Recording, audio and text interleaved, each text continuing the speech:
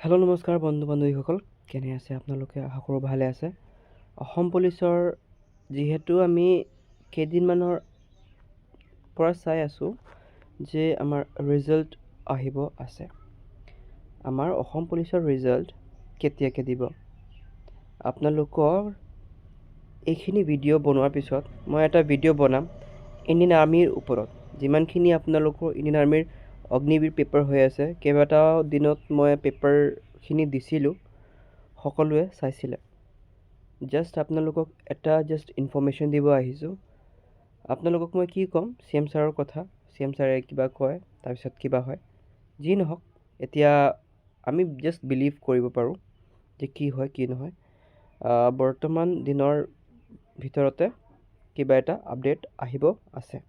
Update মই এনেকৈ ক'ব নোৱাৰোঁ যে নেক্সট মাহত আহিব, তাৰ নেক্সট মাহত আহিব, ঠিক আছে। বাট হয়, আপোনালোকৰ ছেপ্টেম্বৰৰ পৰা ষ্টাৰ্ট হ'ব। ছেপ্টেম্বৰ ছেকেণ্ড উইকৰ পৰা আপোনালোকৰ আপডেট ষ্টাৰ্ট হ'ব যে এইখিনি তাৰিখে আপোনালোকৰ ৰিজাল্ট প্ৰকাশ পাব। এইখিনি তাৰিখে আপোনালোকৰ গ্ৰেড 4 ৰিজাল্ট প্ৰকাশ পাব। ইমানখিনি নতুনকৈ এডভাৰটাইজমেণ্ট আহিব আছে, ইমানখিনি আহিব আছে। আপোনালোকৰ অসম পুলিচৰ ৰিজাল্ট সেই তাৰিখত দিব আছে। প্ৰত্যেকজনে মোক কমেণ্ট কৰিছে যে ছাৰ 1 অক্টোবৰত আপুনি বান্ধি লওক আমাৰ অসম পুলিচ ডে।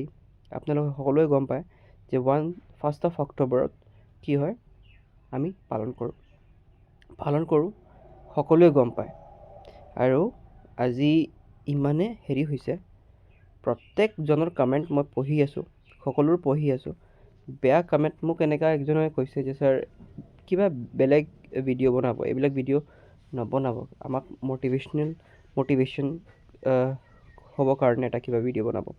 মই আপোনালোকক এটা কথা ক'ব বিচাৰিছোঁ যে সকলোৱে এনেকৈ ভাবি আছে যে ৰিজাল্ট আহিব, অলপ ভয় লাগি আছে। প্ৰত্যেকজনে মোক কমেণ্ট কৰিছে যে ছাৰ ৰিজাল্ট আহিব, ইমান ভয় কিয় লাগি আছে?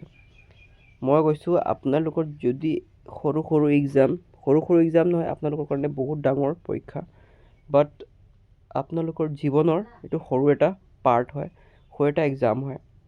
আপোনালোকে যদি এইখন সৰু এক্সামৰ কাৰণে ইমান ভয় খাই আছে, ফিউচাৰটো কেনেকৈ পাৰ কৰিব? মই কোৱা কথা নহয়, এইটো নৰ্মেল কথা, আপোনালোকে ভাবিব পাৰিব।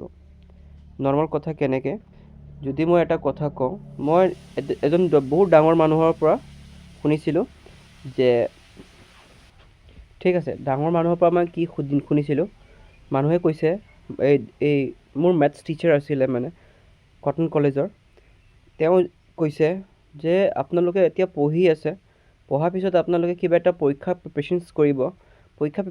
মই ছায়েন্স ষ্টুডেণ্ট হয়, তেতিয়া মই এক্সাম একাডেমি নাম শুনিছে চাগে আপোনালোকে, গুৱাহাটী ক্লাবত আছে। গুৱাহাটীত যোনে যোনে পঢ়িছে বা কোনোবা গম পায় যদি এই চেণ্টাৰৰ কথাটো গম পাবই চাগে, এক্সাম একাডেমি বুলি।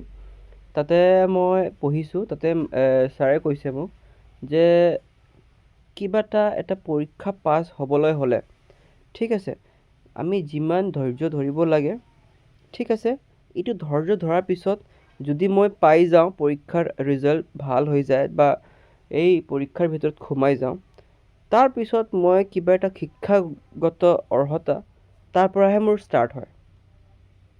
যেনেকৈ মই কওঁ যে বহুত ল'ৰা ছোৱালীয়ে এনেকৈ ভাবি আছে যে ৰিজাল্ট কি হ'ব, কেনেকৈ হ'ব, মই কি কৰিম, ৰিজাল্টটো আহিব, ভাল হ'ব বেয়া হ'ব, এইবিলাক কথা ভাবি আছে। বাট চিন্স তেতিয়ালৈকে আমি এইটো কথা মনত আহি যাব যে হয়তো ভাল হ'ব, হয়তো বেয়া হ'ব, দুটাৰ মাজত এটা হ'ব। ক্ৰিকেট মেটছৰ দৰে, কোনোবা পাছ হয়, কোনোবা ফেইল হয়, ছেইম, কোনোবা উইন হয়, কোনোবা লুজ হয়, ছেইম তেনেকুৱা ধৰণৰ। আপোনালোকৰ ৰিজাল্ট যেনেকৈ কোৱা কথা মতে হয়তো ছেপ্টেম্বৰৰ থাৰ্ড উইকৰ আপোনালোকক কিবা আপডেট আহি যাব, চিন্তা কৰিব নালাগে। আপডেট অহাৰ লগে লগে আপোনালোকক এটা কথা কওঁ, আপডেট অহাৰ লগে লগে মই ষ্টাৰ্টিং কৰিম তেতিয়াৰ পৰা আপোনালোকৰ নতুনকৈ প্ৰিপেৰেশ্যনছ অসম পুলিচৰ নেক্সট বেটছৰ কাৰণে। অসম পুলিচৰ নেক্সট বেটছ কোনে কোনে প্ৰিপেৰেশ্যন কৰিবৰ কাৰণে ৰেডি আছে, লাইভ ক্লাছেছ আনিম, মক টেষ্ট আনিম, সকলোখিনি কণ্টিনিউ কৰিম তেতিয়াৰ পৰা। যোনে যোনে পজিটিভলি এপ্ৰ'চ কৰিছে এইটো চেনেলত, চেনেলখন ছাবস্ক্ৰাইব কৰি ৰাখিব, তেতিয়ালৈকে আমি তাতে এণ্টাৰ হৈ কিনি বহুখিনি কথা শিকিব আছে। ঠিক আছে, চ' অলপ জাষ্ট ইমান দিন ধৈৰ্য ধৰিছে, বেছি দিন নাই। এতিয়া জুলাই চলি আছে, আগষ্ট ছেপ্টেম্বৰ, বেছি দিন নাই, 1-1.5 মাহমান আপোনালোকৰ ভিতৰতে কিবা এটা আপডেট আহিব আছে। এতিয়া প্ৰায় সকলোৱে আপডেট দি থাকে, জুলাই লাষ্টত আহিব, ঠিক আছে, আগষ্ট ফাৰ্ষ্টত আহিব, আগষ্ট লাষ্টত আহিব, এনেকুৱা বহুতে মোক কয় যে ছাৰ একজেক্ট ডেট লাগে।